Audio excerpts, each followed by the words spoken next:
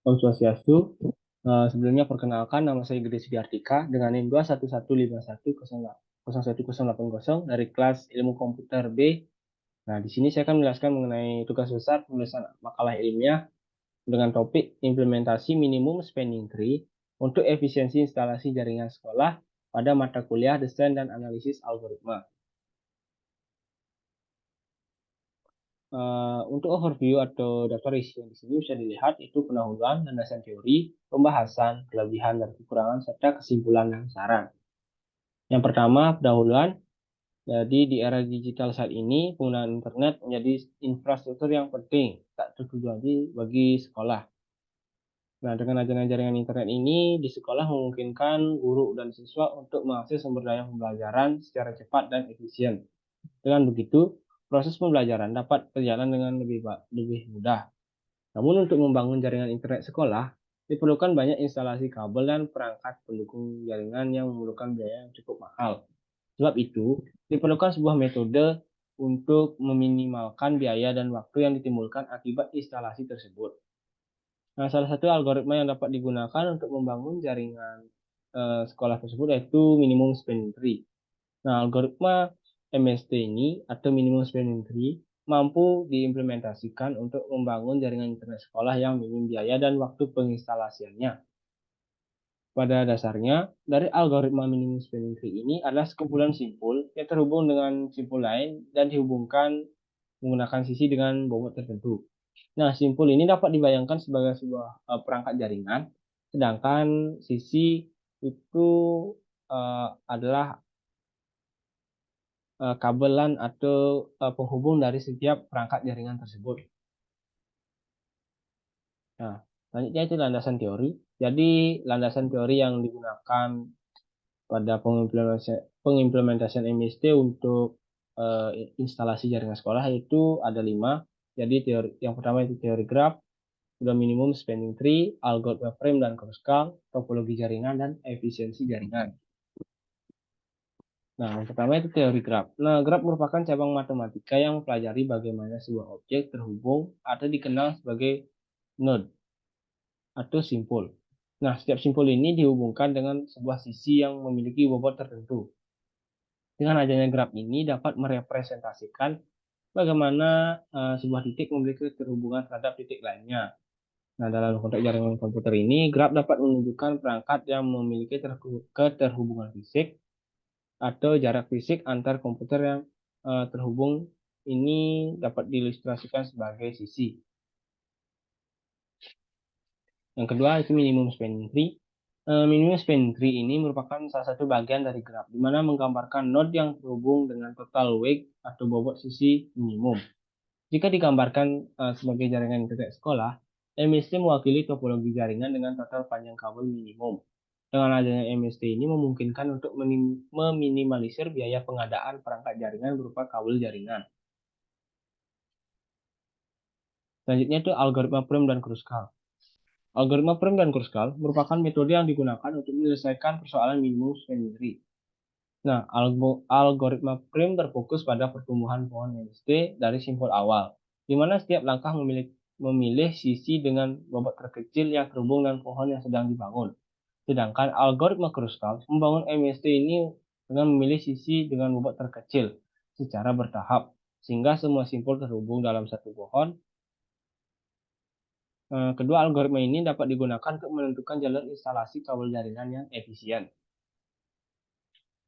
Selanjutnya itu topologi jaringan. Jadi topologi jaringan ini merupakan gambaran struktur fisik dari jaringan internet. Ada banyak jenis topologi jaringan yang digunakan, di antaranya adalah topologi bus, star, ring, tree, dan lain-lain. Dalam hal instalasi jaringan internet sekolah, topologi tree sering digunakan karena memiliki konektivitas yang baik dan memerlukan biaya yang cukup murah dan cukup mudah untuk skala jaringan internet. Yang terakhir, di landasan teori yaitu efisiensi jaringan. Efisiensi jaringan ini menunjukkan kemampuan satu jaringan dalam menyediakan koneksi yang cepat dan efisien. Efisiensi jaringan dipengaruhi oleh banyak faktor seperti latensi, bandwidth, jumlah data yang dikirim, dan spesifikasi dari perangkat jaringan. Dalam proses instalasi jaringan menggunakan metode MST, Efisiensi jaringan juga dapat diperhitungkan dengan minimalisir sisi atau kabel jaringan. Lanjut, pada bagian pembahasan, kita membahas mengenai pemodelan gerak pada jaringan sekolah, implementasi MST, perbandingan efisiensi algoritma Prem dan Kruskal, kelebihan MST untuk pembangunan jaringan sekolah, kekurangan MST untuk pembangunan jaringan sekolah, penyesuaian MST yang diperoleh dengan topologi jaringan sekolah, dan terakhir yaitu kesimpulan dan saran. Baik, lanjut ke pemodelan gerak pada jaringan sekolah. Jadi bisa dilihat di sini merupakan sebuah denah dari sebuah sekolah. Nah, di sini terdapat beberapa titik dengan masing-masing warna yang berbeda, seperti titik biru ini menggambarkan akses point, jadi tersebar di setiap kelas, yaitu di setiap ruangan, dan yang merah ini menunjukkan akses point. Akses point ini bisa ditempatkan di satu kelas dengan satu maaf, jadi yang merah ini merupakan suite. Jadi suite ini bisa ditempatkan dalam satu gedung dengan satu suite ataupun tiap ruangan dengan satu suite. Nah, itu tergantung efisiensi yang akan diterapkan oleh si pengguna dari sekolah ini. Jadi sebisa mungkin untuk meminimalisir adanya penggunaan suite. Nah, jika dibuatkan dalam bentuk graf, bisa dilihat seperti ini dengan banyak sekali bentuk simpul dan sisi yang terhubung itu banyak karena adanya banyak kemungkinan ada simpul dari sebuah perangkat ini.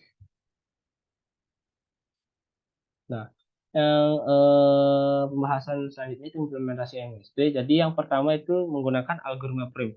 Pertama, yang harus dilakukan adalah menentukan titik awal dari graf untuk mencari minimum spanning tree. Nah, titik awal tersebut dipilih adalah R atau router karena secara logika routerlah yang pertama kali menerima sinyal dari luar.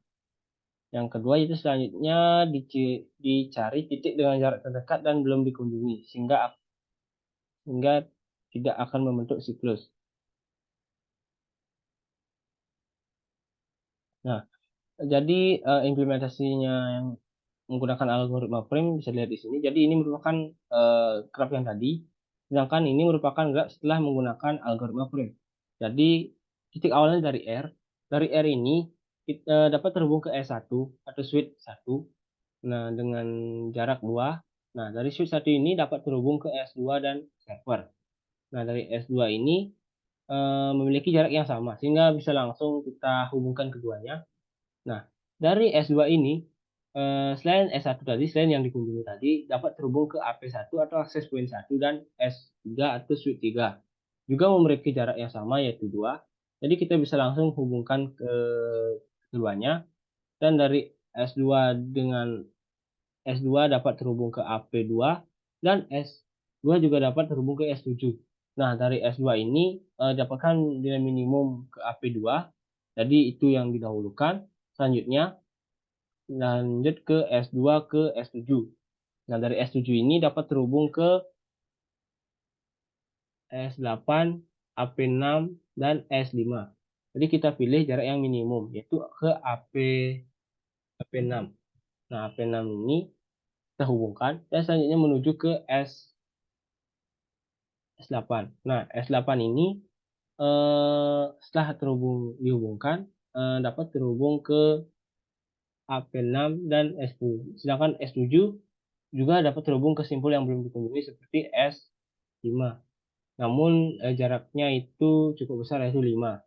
Nah, untuk jarak dari minimum dari 3 ini kita dapatkan jarak ke AP6. Nah, algoritmanya seperti itu. Jadi kita cari simpul mana yang belum dikunjungi dan terhubung ke simpul yang sudah dikunjungi. Itu. Lalu kita cari jarak yang minimum yang terhubung ke simpul tersebut. Ini kurang lebih seperti itu untuk mempersingkat waktu. Jadi hasil akhir yang didapatkan berupa graf baru atau katakan MST dengan bentuk seperti ini. Selanjutnya pengimplementasian MST menggunakan algoritma Kruskal. Jadi langkah pertama untuk mencari MST dengan menggunakan algoritma Kruskal adalah mengurutkan setiap simpul dari simpul dengan bobot terkecil dan ditambahkan ke tabel spanning. Yang kedua, setelah sisi atau edge diurutkan berdasarkan bobotnya, maka tambahkan sisi dari urutan terkecil ke dalam MST. Jika ada penambahan sisi yang membentuk siklus, maka sisi tersebut dieliminasi atau tidak diikutkan lagi. Nah, jika dilihat di sini, kita yang harus dilakukan pertama adalah melist semuanya sisi yang ada pada sebuah graf tersebut, kita list, lalu kita urutkan berdasarkan bobotnya.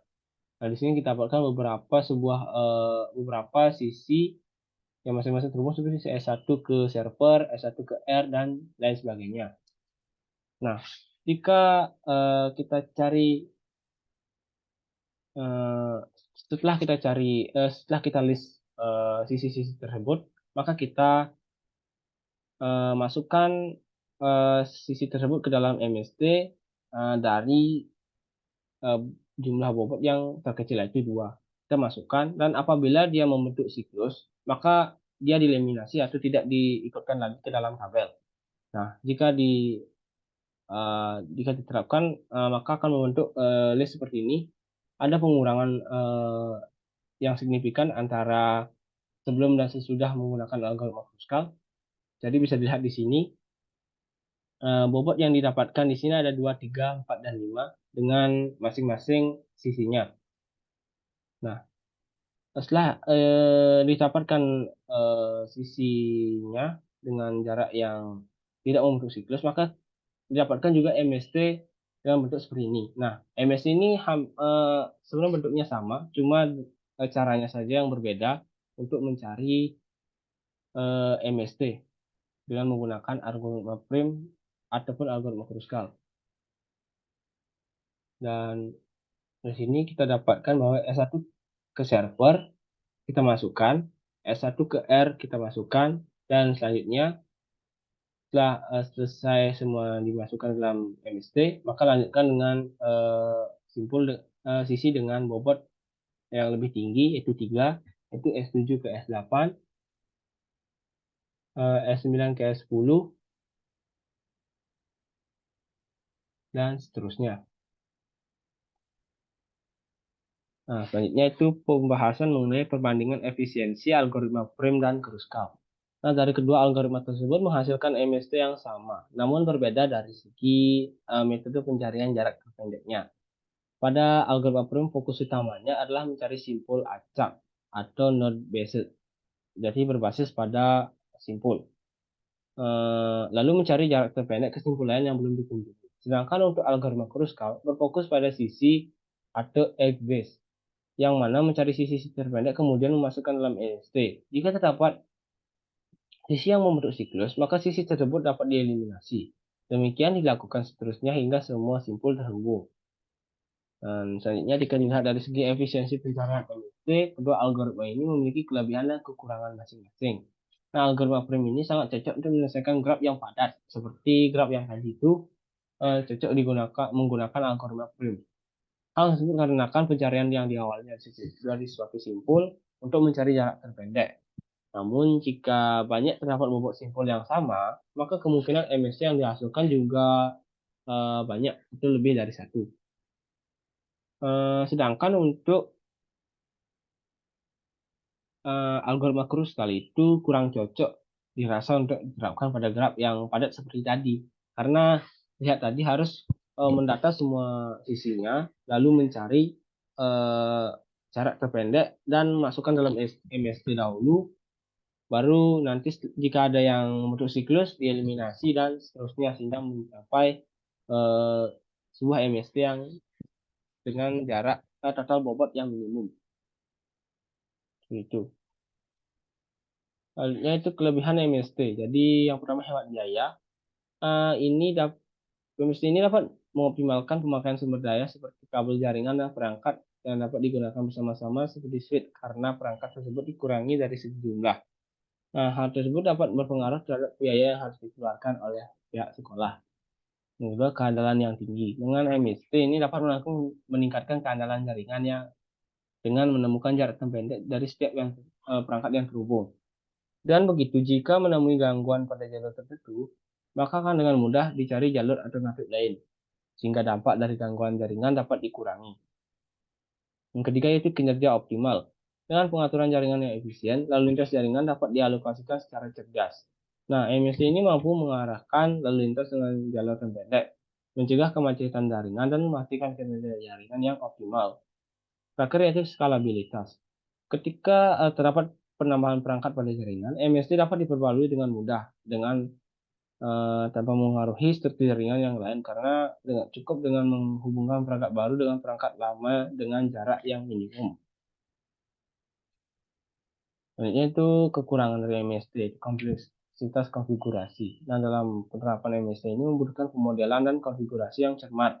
Algoritma seperti Prum dan Kruskal harus diimplementasikan dengan benar untuk mendapatkan minimum spanning tree yang optimal.